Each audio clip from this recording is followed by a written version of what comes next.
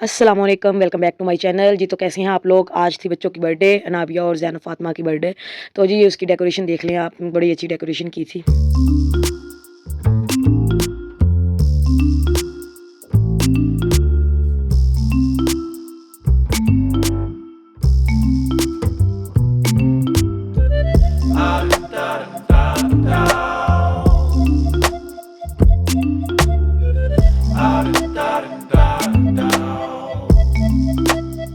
जी, तो जो सबसे पीछे जो बोर्ड लगाया है वो हमने कैसे बनाया है, उसको हमने फ्रिज जो बड़े साइज़ का होता है उसका हमने ना गत्ता ले लेना है।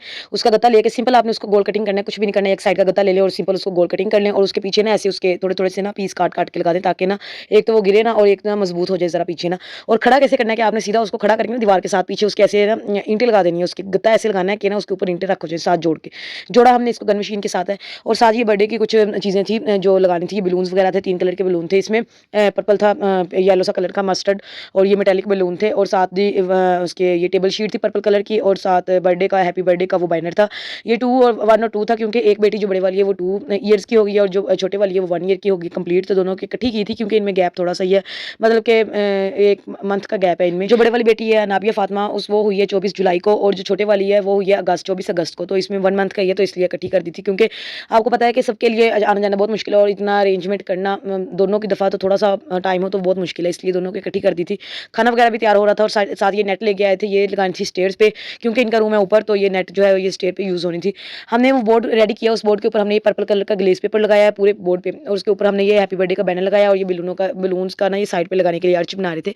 तो जी, ये सारे बलून रात को फैला लिए, बच्चे सो गए थे, तो उसके बाद उसकी मम्मा ने ये सारा किया है, और बहुत ज़्यादा रूम में गंद डल गया था, बहुत ज़्यादा गंदा हो गया था रूम, मैसी-मैसी लग रहा था। तो जी, इसके बाद इन्होंने कहा कि जी पहले सारी डेकोरेशन कर लें, उसके बाद एक दफ़ा ही झाड़ू लगाऊँगी, ताकि बार-बार गंद ना डले। तो लास्ट में उन्होंने सारे रूम की सफाई कर ली, उसमें अच्छे से ना उसको क्लीन कर दिया, क्योंकि आपको पता है कि बच्चों की जो माएँ होती हैं वो बहुत बिज़ी होती हैं, उनकी लाइफ़, उनकी रूटीन जो रोज़मर्रा की होती है वो बहुत ही ज़्यादा टफ़ और मुश्किल होती है।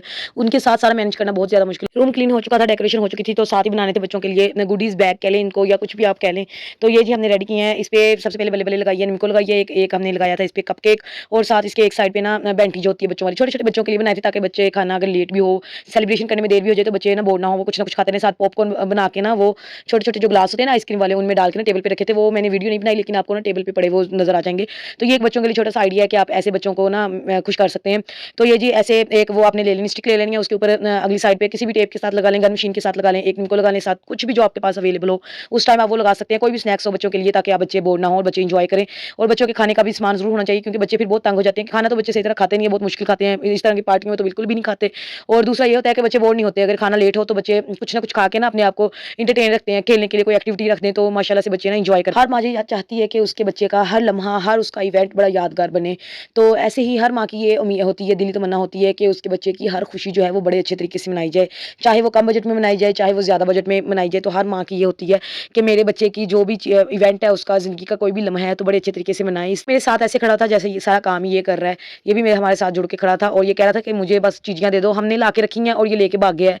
पता नहीं कहाँ फेंक के आया, उनको हम ढूँढ-ढूँढ थक गए, बाद में हम उठा के लेके आए हैं, क्योंकि हमने सारे टोपर बना लिए थे, सिर्फ़ ये एक रह गया था उसका बनाने के लिए, तो वो पता नहीं किधर ले गया था, बड़ी मुश्किल से मिला हमें। उसके साथ ही हम आ गए थे रूम में, तो हमने कहा कि चलें जी टेबल भी लगा ही लेते हैं, क्योंकि बच्चे जो हैं वो नीचे चले गए थे अपनी दादों के पास। हमने टेबल लगाया, सफाई हो गई थी अच्छे से, तो टेबल पे ना मैचिंग शीट्स 2 कलर की लेके आई थी, एक थी पर्पल में, एक गोल्डन में थी, लेकिन जो थीम के साथ जा रही थी वो पर्पल थी। इसलिए हमने फिर पर्पल थीम को गंदा हो गया था, तो उसमें इन्होंने ना ज़रा बस सिर्फ बेडशीट वगैरह बिछाई है, और थोड़ा-सा नीचे ना कारपेट वगैरह पे बिछा के ना उसको साफ करके कुशन वगैरह लगाए हैं। हल्की-फुल्की डेकोरेशन की है, क्योंकि वो सिर्फ बैठने के लिए था, लेटने के लिए था। मेन जो था वो ये रूम था डेकोरेशन के लिए, जहाँ बर्थडे की सेलिब्रेशन होनी थी, वो आगे वाला रूम था। उसके साथ ही रूम भी डेकोरेट हो गया था, और बर्थडे का जो था सेलिब्रेशन जहाँ करनी थी वो रूम भी डेकोरेट हो गया था। तो हम चले गए नीचे। नीचे स्टेयर्स पे जो नेट लेके आए थे, वो नेट इस तरह करके ना रोल करके ग्रिल के ऊपर लगाई है, और साथ साइड पे बलून्स लगाए हैं, कुछ बलून इकट्ठे करके नीचे लगाए हैं। माशाल्लाह से साइड डेकोरेशन बहुत अच्छे से हो गई थी, और स्टेयर्स वगैरह भी डेकोरेट हो गई थी, क्योंकि ऊपर जाना था सबने। बर्थडे का पार्ट 2 देखने के लिए, जिसमें केक कटिंग हुई है और बाकी सेलिब्रेशन की है, आप मेरे चैनल को सब्सक्राइब करें। अगर वीडियो अच्छी लगी तो please like, share. Thanks for watching.